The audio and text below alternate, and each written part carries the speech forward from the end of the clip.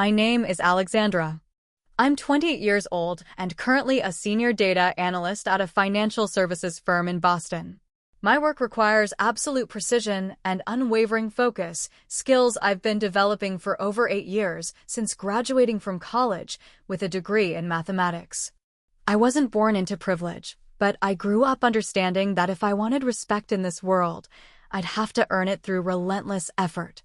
I spent countless nights studying in a cramped studio apartment just to maintain my academic scholarship. There were months when I had to choose between buying groceries and textbooks, but every sacrifice led me to where I am today, a position of responsibility at an age when many of my peers are still figuring out their career paths. Before we continue with today's story, if you're enjoying what you've heard so far, please hit that subscribe button. Every new subscriber helps me keep sharing these inspiring tales that touch your day. Thank you for your support. At work, I'm the person my supervisor trusts with the most complex financial models. My colleagues respect my analytical mind and my ability to stay calm under pressure. My team calls me Ice Queen Alex, not because I'm cold, but because I remain composed and logical even when emotions run high around me.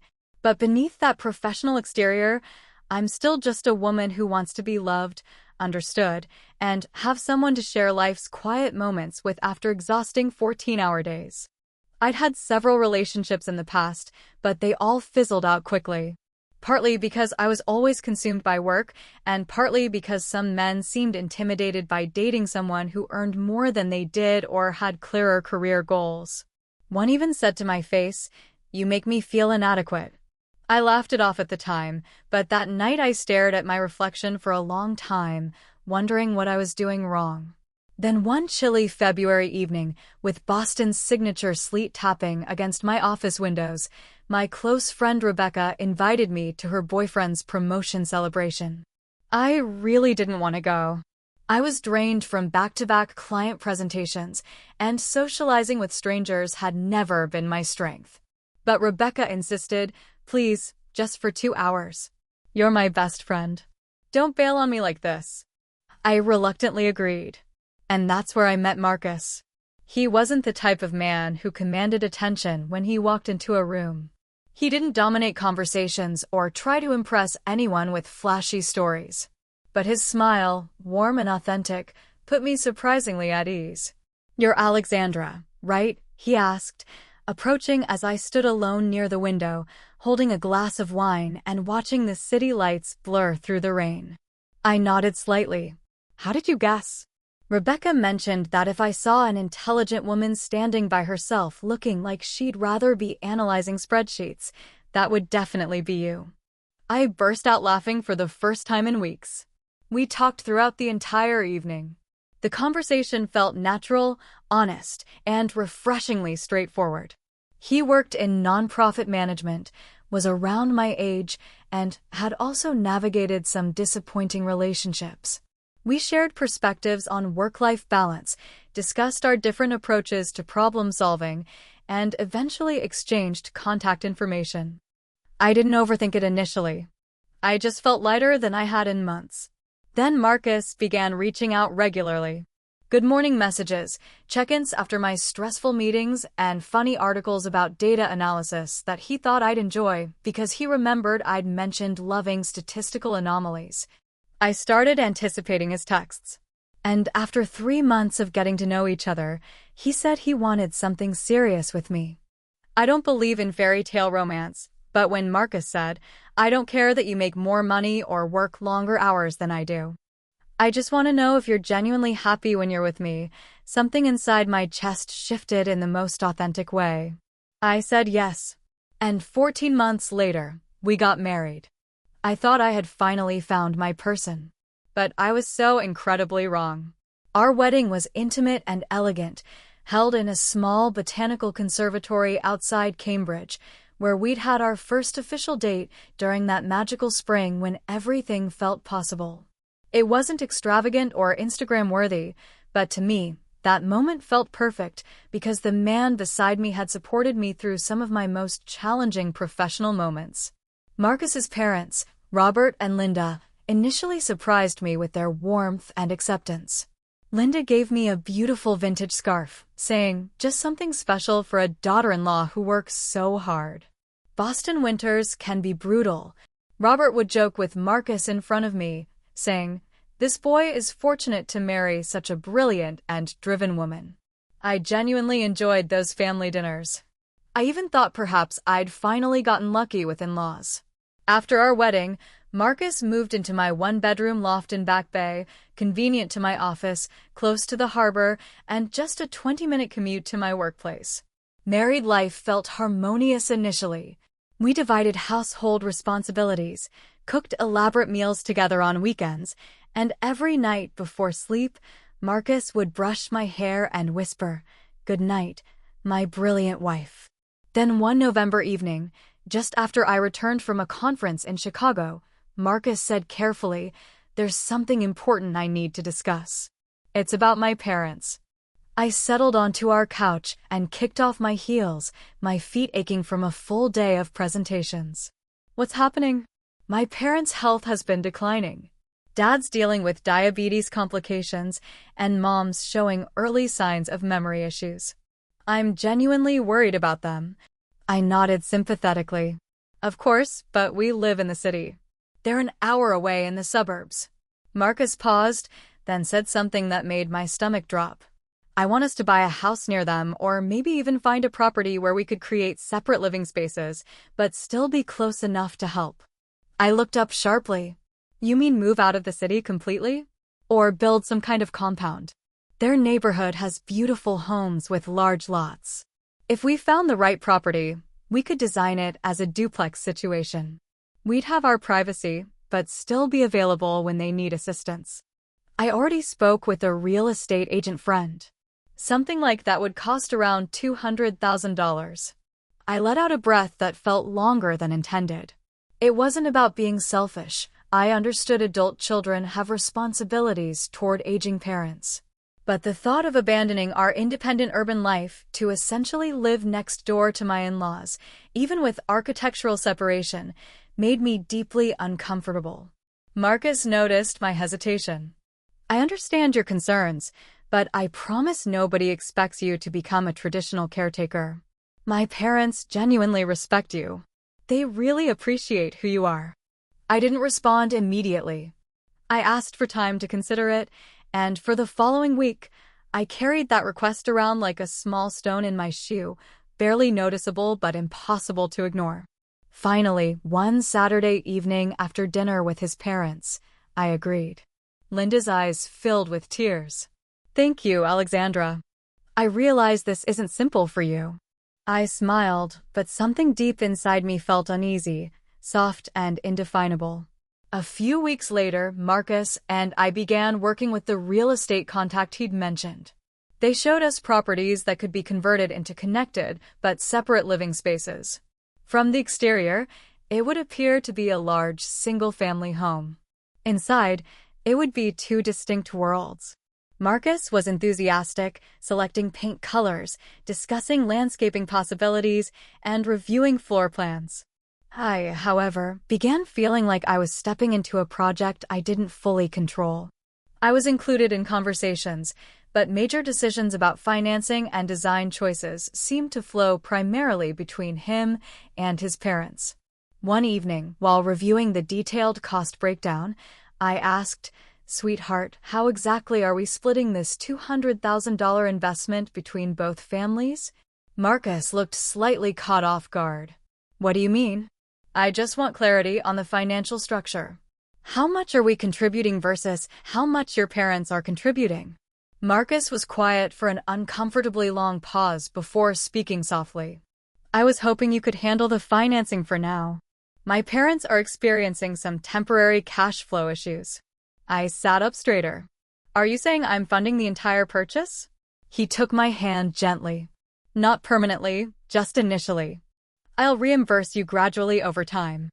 I didn't say anything more, but inside me, a door quietly opened, and behind it wasn't light but darkness. I didn't realize yet that this door would lead me to a truth that would destroy everything I believed about the word partnership. But what I discovered next would reveal that Marcus wasn't just asking me to support his parents. He was orchestrating something far more calculated and devastating than I could have ever imagined. One weekend evening, when the house hunting process was nearly finalized and we'd made an offer on a promising property, I decided to sit down with Marcus for a comprehensive financial discussion. Up to that point, I had already committed to covering the down payment, inspection fees, and initial renovation estimates. I'm not someone who micromanages money, but I also don't like being kept in the dark about major financial commitments. Marcus, can you show me our complete budget breakdown? I need to track everything I'm investing in this project. He looked at me and ran his fingers through his hair nervously. Yeah, absolutely. But Alexandra, there's something I should probably mention first. I looked up, my heartbeat slowing as if I'd just stepped into a sudden pocket of cold air. My parents, they're actually dealing with more significant debt than I initially mentioned, he said slowly. How significant? About $230,000. I nearly dropped my coffee mug. Excuse me? Say that again. $230,000. Dad made some poor investment decisions with his retirement funds a few years ago, then took out loans to try to recover the losses. It just kept compounding, and I only recently learned the full extent of it. He avoided my gaze. I wasn't trying to hide anything. I thought I could handle it myself, but now everything's coming due at once. If we don't do something soon, they could lose their house. I was speechless. A flood of calculations and worst-case scenarios hit me all at once. I had already committed close to $120,000 to our house purchase, and now this massive debt. What exactly do you want me to do? I asked, my voice barely above a whisper. Marcus squeezed my hand. I know this is huge to ask, but could you help my parents? You're the only person in a position to save them right now. And what about reimbursing me? I'll pay you back gradually. I promise. I gave a weak smile, not because I was happy, but because in that moment I realized I wasn't just a wife. I was being treated like a personal bailout fund. But I still loved Marcus, or thought I did. So I said yes. I transferred $90,000 from my investment accounts to cover the majority of his parents' debt. The remainder I arranged through monthly payments of $7,000, every transaction carefully documented with receipts and bank records. Linda called me crying with gratitude. Robert even sent me a handwritten note calling me a blessing this family doesn't deserve. I wanted to believe that. But over time, small details began feeling wrong. Marcus stopped contributing to our shared expenses. The gradual reimbursement never materialized. Every time I brought it up, there was an excuse. Delayed bonus, money tied up in a project, unexpected expenses. When I asked to see his pay stubs to better plan our budget, he became defensive. Don't you trust me? Why does everything always come back to money with you, Alexandra? I didn't argue. I was exhausted, but I kept paying. 18 months later, after I'd made the 24th payment, Linda called, cheerful as always. You're incredible, sweetheart. We're almost finished, just about 40,000 left. Honestly, without you, we'd be homeless. I asked, how much exactly is remaining? Just around 43,000, dear. You really are this family's guardian angel. I hung up feeling numb. 24 months, and I had spent over $200,000. No formal contract, no legal documentation, just trust. Then one night, I came home early from work because a client meeting had been canceled, and I froze outside our bedroom door. Laughter drifted from inside. Robert's voice. Got to admit, Marcus really found himself a goldmine. She not only brings in serious money, but doesn't ask too many questions. Linda chimed in. The debt's almost cleared. The house purchase went through. That girl is absolutely priceless. Then Marcus, with unmistakable smugness. Yeah, but once everything's settled, I should probably end things. Eventually, she's going to start demanding answers I can't give. I don't know how long I stood there gripping my briefcase, heart pounding so loudly I couldn't think clearly. But I knew one thing with absolute certainty. This wasn't a marriage I was building. I was the target of a scheme that had been planned long before I ever said I do. From that night forward, I was no longer the same Alexandra who laughed over dinner and believed in the power of unconditional trust. I didn't scream or confront anyone. Instead, I became quiet, like still water hiding a dangerous current building beneath the surface. But what I discovered next would make their financial manipulation seem almost innocent by comparison. The following morning, I woke up with crystal clarity about what I needed to do. Instead of emotional confrontation, I would investigate systematically, the way I approached complex data analysis at work. I began by accessing Marcus's laptop while he was in the shower. We'd always shared passwords, or so I thought. His computer required a new login I'd never seen before. When I asked about it casually, he said he'd had to update security for his nonprofit work. But something about his tone felt rehearsed. That weekend, while Marcus was at his parents' house supposedly helping with yard work, I did something I never thought I'd do. I searched through his personal belongings. In a box hidden in our closet, I found documents that made my blood run cold. Bank statements showing regular deposits from multiple sources I didn't recognize. Real estate paperwork for properties I'd never heard him mention. And most shocking of all, incorporation documents for a company called Hartwell Financial Consulting, with Marcus listed as CEO. Marcus wasn't working for a nonprofit. He was running his own financial consulting business, apparently quite successfully, based on the bank deposits I was seeing. But there was more. Much more. I found client contracts showing that Marcus specialized in family financial restructuring, essentially helping wealthy individuals hide assets from creditors, spouses, and tax authorities. The amounts involved were staggering. His company had helped clients move millions of dollars through shell corporations and offshore accounts. And then I found the file that changed everything. Project Alexandra. Inside was a detailed dossier about me. My salary, my investment portfolio, my spending habits, even psychological notes about my strong need for family connection and tendency to avoid confrontation in personal relationships. The file contained a timeline showing how Marcus had researched me for months before we, accidentally, met at Rebecca's party. He'd studied my schedule, my favorite places, even my friendship patterns. Rebecca hadn't randomly invited me to that party. Marcus had asked her to, and she'd been paid $5,000 to help orchestrate our meeting. Our entire relationship, every conversation, every romantic gesture, every moment I'd treasured, had been a carefully executed con. But the most devastating revelation was yet to come. At the bottom of the file were bank records showing that the money I'd been sending to help his parents' debt wasn't going to any creditors. It was being funneled directly into Marcus's business accounts and then distributed to offshore investments. His parents weren't in debt. They were his partners in a sophisticated financial fraud operation. I was their latest mark, carefully selected because my financial profile showed I had substantial assets but limited family connections who might ask questions.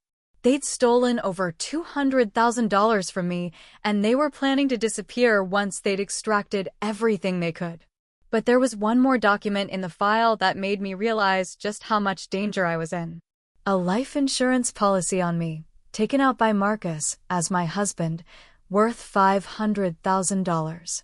And handwritten notes discussing timeline options and accident scenarios. They weren't just planning to rob me and abandon me. They were planning to kill me. Sitting in our bedroom, surrounded by evidence of the most elaborate betrayal I could have imagined, I made a decision that would save my life. I wasn't going to confront them. I wasn't going to give them any warning that I knew the truth. Instead, I was going to become the hunter instead of the prey. That evening, I acted completely normal. I cooked dinner, asked Marcus about his day, and even suggested we plan a weekend getaway to celebrate our upcoming second anniversary. But secretly, I was photographing every document, copying every file, and building a case that would destroy them before they could destroy me. The next morning, I took a sick day from work and drove straight to the FBI field office in Boston. What I told them launched one of the largest domestic financial fraud investigations in Massachusetts history. Marcus and his parents weren't just stealing from me. They were part of a network that had been operating for over a decade, targeting dozens of successful women across New England. The FBI had been tracking suspicious financial patterns for months, but they'd never had someone on the inside who could provide the evidence they needed. Agent Sarah Morrison, who became my primary contact, explained that they'd identified at least 47 other victims, women who had died in accidents shortly after large financial transfers to their husbands. "You're extremely lucky," she told me. "Based on the timeline in their files, you probably had less than 2 weeks before they moved to the final phase of their plan." Working with the FBI, I became an undercover asset in my own marriage. I continued acting like the trusting wife while wearing recording devices and documenting every conversation. What we captured over the next month was horrifying. Marcus is discussing with his parents how to make my death look like a hiking accident. Linda is researching untraceable poisons. Robert is scouting locations where my body might never be found. They talked about my murder with the same casual tone they used to discuss grocery shopping. The night before the FBI planned to make arrests, Marcus suggested we take that weekend getaway I'd mentioned to a remote cabin in New Hampshire where cell phone service was spotty. I smiled and told him it sounded perfect, knowing it was meant to be the location of my murder. Instead, when Marcus thought we were driving to New Hampshire, we were actually driving to a safe house surrounded by federal agents. The look on his face when he realized what was happening will stay with me forever. Not shock or fear, but cold calculation as he immediately started planning his legal defense. Even caught red-handed, he showed no remorse, no humanity, just the empty stare of a predator who'd been outmaneuvered. The trial took 8 months. The evidence was overwhelming: financial records, recorded conversations, documents detailing their murder plots, and DNA evidence linking them to several previous victims. Marcus was sentenced to life in prison without parole for conspiracy to commit murder and financial fraud. His parents each received 25 years for their roles in the scheme. But the most satisfying moment wasn't the sentencing. It was when the judge ordered the seizure of all their assets, including the money they'd stolen from me and dozens of other women. I recovered every dollar they'd taken, plus damages and interest. More importantly, I was alive. 6 months after the trial ended, I was sitting in my new office. I'd been promoted to Director of Financial Crimes Analysis at my firm, specializing in detecting the kind of fraud I'd experienced firsthand. My work now helps protect other women from predators like Marcus. I've identified patterns that have prevented dozens of similar schemes across the country. I also started a nonprofit organization that provides financial and legal assistance to women who've been targeted by romantic financial fraud, because I learned that what happened to me happens to someone new every single day. One evening, as I was reviewing case files in my downtown Boston office, I received a letter from Marcus in prison. I almost threw it away without reading it, but curiosity won. "Alexandra, I know you'll never forgive me, and you shouldn't. But I need you to understand that everything I felt for you wasn't part of the plan. When I saw how brilliant and strong you were, I almost called the whole thing off. For a few weeks, I forgot why I was there. You made me remember what it felt like to genuinely care about someone. I'm not asking for redemption.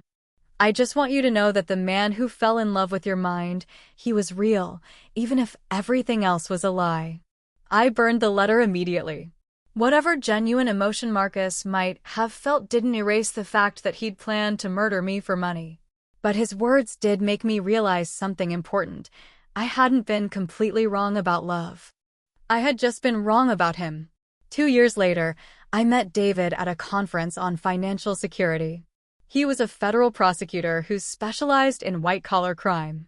Our relationship developed slowly, built on absolute transparency and mutual respect. When I told him about Marcus, he said, "I'm grateful you survived to be here with me.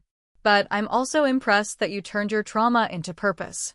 David and I were married last spring in a small ceremony overlooking Boston Harbor.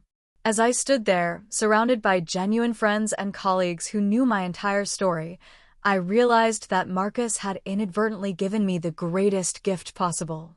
He'd shown me exactly how strong I was when everything was stripped away. He taught me to trust my instincts and never ignore red flags for the sake of avoiding conflict. And he'd revealed that my greatest strength wasn't my analytical mind or my financial success, it was my ability to survive, adapt, and use my experience to protect others. Today, I run the most successful financial fraud detection unit in New England. I've helped law enforcement agencies across the country identify and stop romantic fraud schemes before innocent women get hurt. And every morning when I wake up next to David, I'm grateful not just for love, but for the wisdom to recognize the real thing when it finally arrives. Marcus thought he could manipulate me because I was successful but isolated. He saw my independence as a weakness to exploit. Instead, it became the strength that saved my life and transformed me into someone who helps others fight back against predators like him. Some betrayals don't break you. They reveal exactly how unbreakable you really are. And sometimes, that revelation is worth more than anything anyone could ever steal from you.